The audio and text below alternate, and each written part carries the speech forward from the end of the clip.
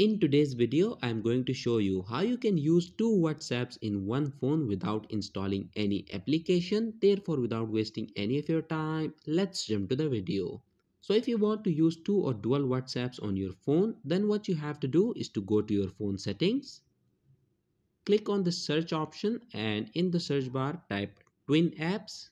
In some phones, instead of twin apps, you might be required to type dual or clone apps. Click on this app twin option and then enable WhatsApp, and that is basically it. Now if you go back to the main screen, as you can see that this is my main WhatsApp here, and right here is my second WhatsApp. Select your language, click on agree and continue, enter your phone number, and after that you can easily use two WhatsApps in one phone. So that was it for this video, and I'll see you guys in the next one. Peace out.